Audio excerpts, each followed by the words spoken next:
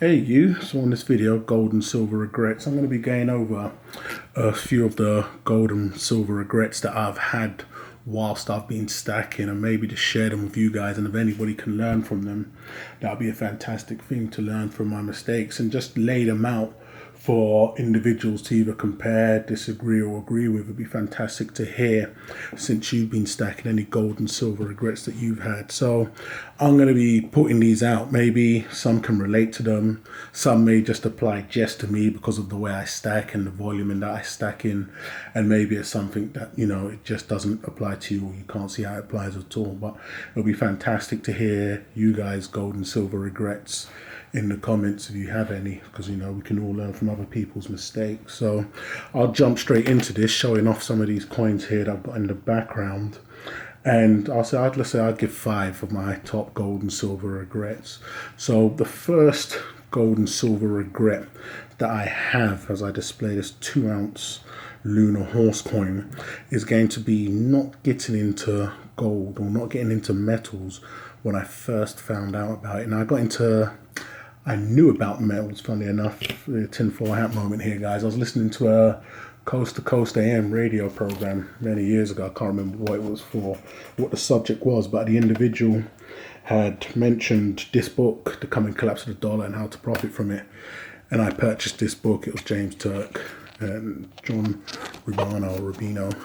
And it was just basically goes over the coming collapse at the time. I mean, we did get a collapse after that, and how you could profit from gold and silver. Now, I'd already been floating about gold and silver before then. It's around 2005. And so I did end up purchasing an ounce of gold at the time. I think I've mentioned a little while back, but ended up losing that ounce and never followed it through. I've mentioned in the past that it maybe was a good thing, because at the time, if I would have locked into metals, the position I was in life, I would have only had to end up of selling it, because I had many more things that I had to go ahead and conquer and complete. So it was a good thing it never really happened and materialized. But I knew about it around 2005 and earlier, and never really locked in and secured with it. The big regret there is that gold prices were a fraction of what they are today. So if you can imagine, I think when I picked up my ounces around the £200 to £300 area. So looking at that now, pound sterling, we're looking at about an ounce of gold going to set you back close to £1,000. So that's helped me understand and see, especially things like stable investment platforms like metals. It's best to always get in when you're there, or when you find out about it, because with metals that I've seen, the price is going to always end up going up high. It's going to reach a new high and sit there and move forward from there. It's like it's set at a certain price for that generation to take advantage of it, whoever and whenever that may be. And my calling was then, even though I've mentioned why I didn't get into it, I could have taken advantage of the prices then. So I definitely regret not getting into it a lot sooner when I first got into it, when I picked up my first ounce of gold. Of course, I've come back now and I have all the pieces that I have, but as you can see, a lot more, a much bigger increase in the price. I think when I eventually ended up purchasing gold in a small amount, we was looking at about £600 to £700 an ounce. And I mean, I think I'd done a few unboxings where I'd got an ounce for around that price there. So it was decent, and I'm still very happy. So this may be a message to a lot of you new stackers when you've just got in. I mean, we're talking pennies, not pounds, dimes, not dollars. Definitely take full advantage now. If I didn't have nothing and I was considering getting into metals, I would say now is most definitely a fantastic time to take full advantage of. Don't wait, get your feet stuck straight in there, get your foundation planted, whether it be silver or gold, and take absolute advantage of now, because I see the next jump, whether it be gold and silver, putting us at new all-time highs. And it may be unattainable then. There's many things I'm involved with now where you look at the price and you think, okay, it is where it is. You don't take advantage, and that's not something I tend to do these days. But when you see where it now sits, you're always left saying, I wish I would have taken advantage of it then. So if you're getting in now, definitely take full advantage of the prices right now, because I still believe they're fantastic. I mean, I got in 2014, 2015, and we're like £2-3 above spot than what I paid. So that's good 3 years. I mean, £1 a year. Come on now. This is silver I'm talking about. It's a definite steal. So that's going to be my first regret when we're talking about gold and silver in general. That was focusing more on gold because it's the first metal that I came across. So coming straight into the next regret is going to be not cashing out collector coins when I should have.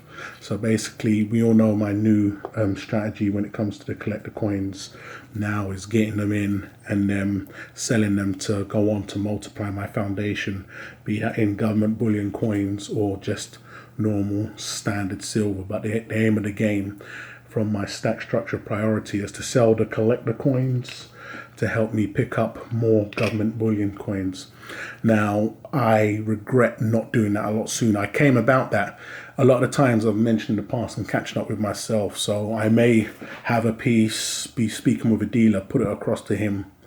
A trade across to them. They may think the trade's decent, take me up on it.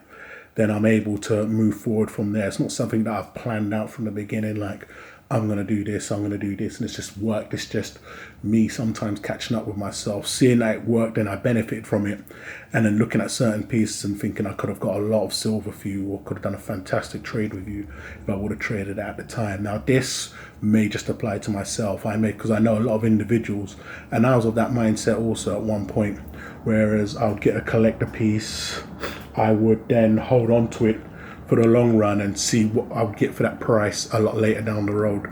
Now, as I've come to find out, and it's something I knew, but I could say I just got caught up in the whole hype of things, is that, you're always going to get newer and better. There's always going to be a newer coin at the time. If you really want to maximize and capitalize from something, especially when we're talking about collector coins, the best thing you could do is strike when the hype is ripe and jump on board of the frenzy that's going on at the moment. And I've definitely put it into full effect moving forward, but there's been pieces in the past and even pieces that I'm lumbered with now. When I say lumbered, once upon a time I could have sold them for a healthy profit in the blink of an eye, whereas now it's not moving as fast. This is the non-era version of the Dragon Phoenix coin here. So I definitely regret not cashing out a lot on some of my collector pieces when I did. I know I got rid of some of the more harder pieces that I would have had in my stack. You've seen my videos over a long period of time. I've had very large coins, 10 kilo coins, 5 kilo coins. Some of them in today's climate could have been kind of tricky to move. Dealers are more hesitant at the moment. I've shifted pieces where dealers have, I would say at the time I thought I got shafted, but I've seen dealers to go on to reduce those coins. So looking at it, I technically got out at the right time and even sold the pieces at the right time. So that's definitely going to be another regret of mine. And that's just not moving on to the strategy that I'm on now. I don't knock anybody else's strategy. I mean, you need to remember some individuals, their strategy is either to collect the coins forever. They're never going to sell them. They're going to hand them down to their kids and the likes of. So I've always said, you just need to know who you're following, whether it be me or another individual. Because if you're of the mindset where you've got a coin and you want to cash it out as soon as possible to get maximum profit, but you may be, chumping along and following an individual that has a different game plan, they may be just passing this down, or whoever inherits it, you may get stuck in the mud. So my game plan now, and has always been since I've come about this, is when I get the collector piece, especially in silver, it's got to get turned out and pushed out ASAP at the peak. I want to try and maximize and capitalize, and I know I want to be holding for the long run. It's definitely not a lot of these collector coins, as I mentioned in the past. Some will be coming through the finishing line with me, but not all of them. So that's going to be a second regret. So on my third regret, as we look at this sovereign, I got this one. I think this is one of the first purchases of gold that I done when I first got into gold. And let's do two in one stone here as we're talking about the Royal Mint. My third regret is going to be having faith in the Royal Mint. Now, I say that because I've had a lot of silver pieces from the Royal Mint that have gone on to either form milk spots or have some type of defect that I've not been happy with. Yeah, so this is a 2014. So this is one of the first pieces of gold I purchased as I got into stacking. It was around the time I'd done a purchase from a UK dealer, and I topped it up with this sovereign here. So it's a 2014 sovereign here. As I was saying, the third regret, having faith in the Royal Mint. I've come to find out, they give the image and put it out there like they're a company, a prestigious company that really takes quality very serious. And I'd say, if anything, what they do fantastically is make great packaging. And I'll just put it out there like that. I'll do a separate video on them in time, but I've had a lot of faith for them when it comes to a lot of their silver coins, but we've now come to see a lot of their gold coins also come out in absolutely atrocious condition. So in the past, I've had faith in them. I know a lot of individuals may be kidding themselves. I'll be blunt about it, because you have individuals that get packages from the Royal Mint and have that much faith in them that they have no intention of opening the packages. And they may put them in safes for their loved ones, but from a mint like the Royal Mint now, that's something I wouldn't even dream of doing. Their gold coins are coming in shoddy condition. Them have dinks, chips, cuts, just horrendous condition. And their silver coins, without fail, all end up getting some type of imperfection. I mean, I remember I've had 3 grand silver kilo coins from the Royal Mint, just high quality coins from the Royal Mint, and damn near all of them have gone on to form some type of spot. Now, I've pretty much sold 90% of all of the silver Royal Mint stuff that I have. Moving forward, I've always said the risk has to be worth the reward. Now, with the Royal Mint, it's getting to the point where I don't even think the risk would be worth the reward. Early coins I'm seeing still going from strength to strength. Now, I'm not saying it's the only ones. It's the only ones that I'm personally seeing is the 2016 Beatrix Potter Peter Rabbit coin. I mean, I don't think anything can stop that coin in its stride. But for me, I'm out. I've got absolutely no more faith in them, even with a lot of their gold purchases, because you don't know whether you're going to get the Queen's Beast quality gold coins or the Anniversary Sovereign quality gold coins. It's just hit and miss. But when you're putting that much money in, and they sure don't pull their punches, they do all funny tricks where they increase prices over a click of a finger. I've got absolutely no faith in them moving forward. So it's going to be interesting to see whether I lock in on a lot of their coins that's going to be coming out this year. And we'll just have to see how that one plays out. But that's going to be regret number 3. Now, as we're wrapping this one up, regret number 4 is going to be listening to a load of these pundits. So when I say that, listening to a load of these pundits, at some point when we've all been doing our research, we've come across one of these silver pundits. Many people have called them silver pumpers, and I won't call them that, because I've always said shame on you if you've allowed another man to convince you to spend your life savings and you may be in a situation where your family are now starving. I've always listened to what they have to say. I've either absorbed it or I haven't, but like it or lump it, consciously or unconsciously, some of their information has affected the way that I've looked and approached and purchased some metals, and I regret ever taking on board it. And nowadays, close to none I listen to. I don't think they can even keep up with themselves. I'm seeing some pundits that were very strong at one point pushing and pumping silver, and I absolutely hate the stuff. Now, from what I see, it's just all about the metals being in bondage, especially silver. They can't take it. They're seeing other investments really getting a lot of airplay and shine, and that's what everybody wants. They either want to see slow gains or, fast, rapid, volatile gains. The last thing they want to see is gains, then, drag back down. And that's what you're getting with metals. They just can't allow it to shine, because it makes all the other stuff that they've pumped look bad. So, the pumpers have done themselves no justice when they're in fighting and, don't know what they're getting, tend to stay away from there.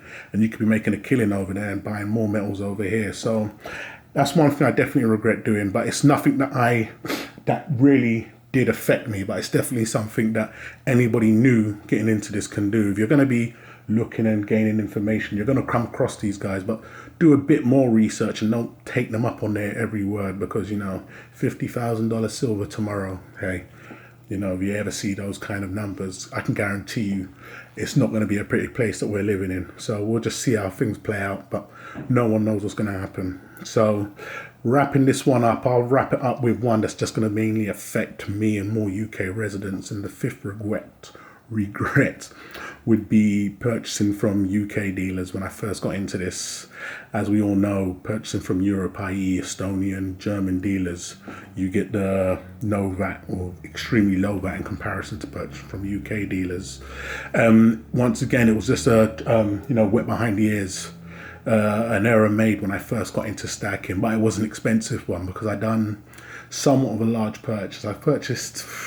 It was a purchase with a friend, so it wasn't that bad, but I still regret not knowing what I know now. But these are things that are unavoidable, and many of these mistakes could be because I feel like you need to make them before you can really adjust and learn from them. So, but it's just, as I said, I'm putting it out there so maybe an individual can learn from these and move forward and, you know, do whatever they need to do from there. But it'll be fantastic to hear as I display this 1/2 ounce Krugerrand.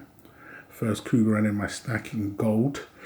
Or if any of you guys have any gold and silver regrets, it'll be fantastic to hear them in the comments.